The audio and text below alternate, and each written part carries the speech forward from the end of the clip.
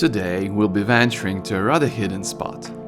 This is Weh Island, nestled in the northernmost tip of Sumatra. A beautiful place with astonishing views and amazing underwater world. Today we'll check what this island has got to offer.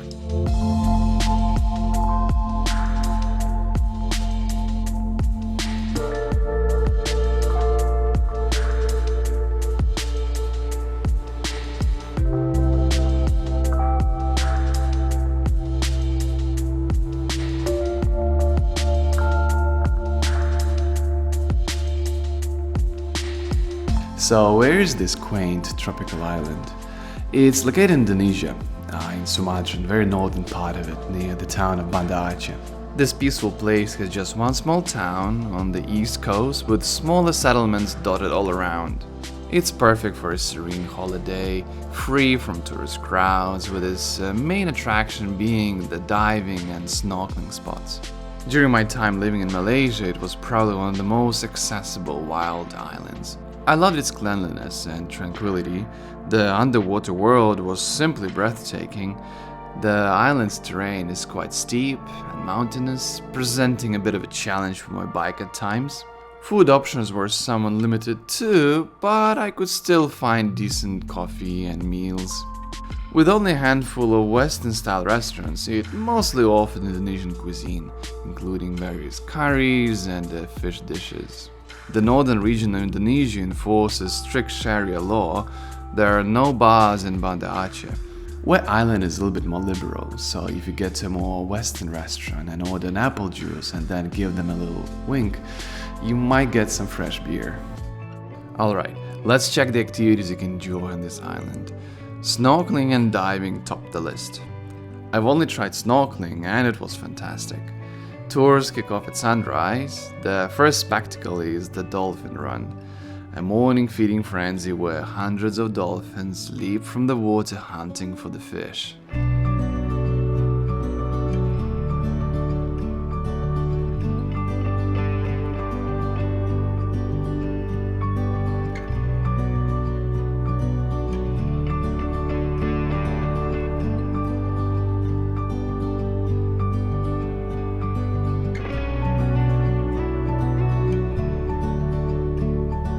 One thing that I didn't really like about this dolphins run is the crowds of people. There were so many people. It felt like we were just hunting for these poor dolphins and just scaring them all away. I did this dolphins run 4 years ago and I was in off season, so there was just me and a few more boats and that's it. And that was much better. I think I did this tour in October, so that was a nice time for it. While now there were just so many people and I didn't really like it. Next, you typically venture to the smaller islands around PULAU WEH. Some spots have strong currents, making it easy to drift and gaze at the corals, observing turtles and sharks gliding by.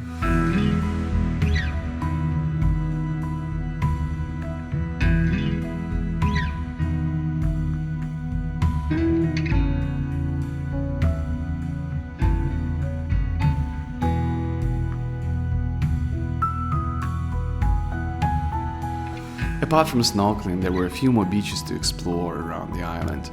Iboih Beach quickly became my favorite. Not only does it offer a selection of good eateries, but you can also find decent coffee, a rarity on the island. The snorkeling here is awesome, with colorful corals just 10 meters away from the shore. Beware of the territorial triggerfish though, they're quite protective of their nests. Overall though, it's an idyllic spot for relaxing. Gapang Beach is another great place to unwind, featuring little cafes and restaurants. It serves as a hub for local dive shops. While coral sites are rather scarce in the shallows, the beach's pristine sand make it a nice place to lounge. On the island's flip side lies Pasir Putih Beach, a spot that feels more authentic with fewer dining options. However, the views are spectacular, making it a worthy pit stop during an island tour.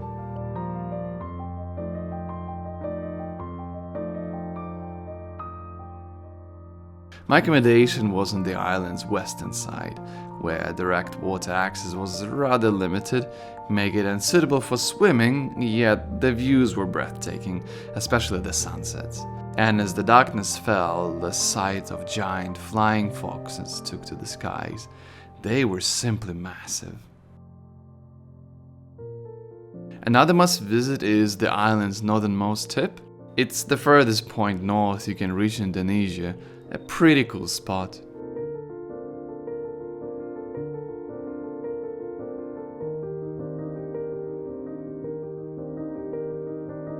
Weh Island is home to an Indonesian military base, which seems to function as a training ground for the local soldiers. My homestay was conveniently located nearby. Fortunately, nobody really cares about the tourists in that area. I could easily explore the island and nobody ever stopped me and never told me to stop filming or flying my drone. That was really nice because usually in areas like that you would need to be a little bit more careful because military people are usually quite sensitive to cameras and drones. If you're keen on a short hike, Pria Laot Waterfall is worth a visit. It's a compact hiking spot that's just a quick jaunt away, taking about 20-30 minutes to reach from the trail's entrance. It's a nice place to enjoy some island nature, just be careful, it can be rather slippery sometimes. While I was exploring the island and came to this town, Sabang, I stumbled upon a quite unusual sight. It was an old Dutch cemetery. As a vestige of Indonesia's colonial past, this cemetery stands as an echo of Dutch influence. It appears rather unexpectedly, a dark reminder of the colonial past amidst a distinctly Indonesian setting. So how do you get to Weh Island? It's generally pretty straightforward. You need to fly to this town called Banda Aceh, and then you take a ferry and you're there. It can be a little bit tricky. The first time I went there, I landed Banda Aceh, then I was told that it's too late, that the ferries don't go to the island anymore because of the low tide, and I would need to wait.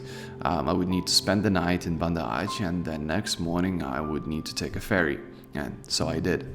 But then now when I was preparing this video, I checked the internet and actually I found that now there are some ferries that leave at 4 p.m. So my advice would be when you're booking a hotel or homestay in Weh Island, double check with the owners and check what time the ferries are leaving because they will know for sure. I know that the weather conditions can be changing, so it's always good to check these things beforehand. Banda Aceh has a poignant history.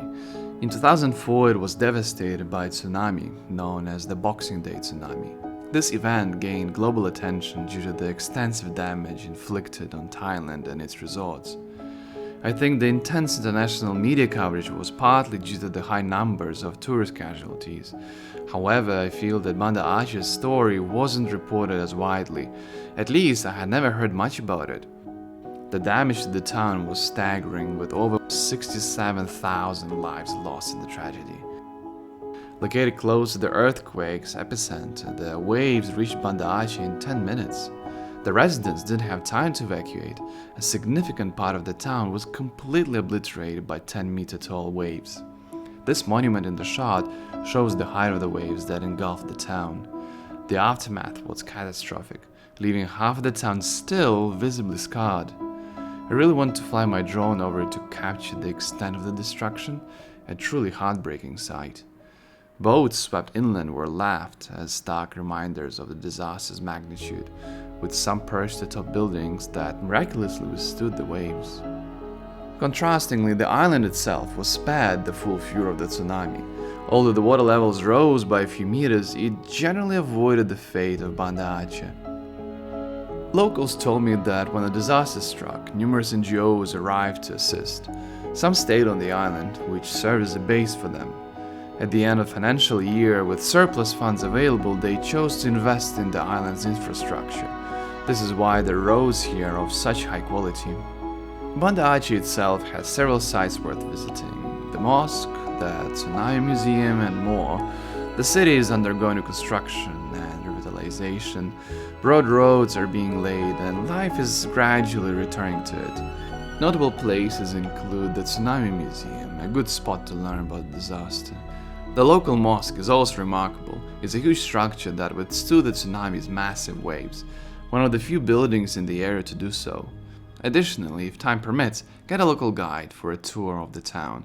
They can show you the boats that were cast ashore, silent witnesses of what happened in the past.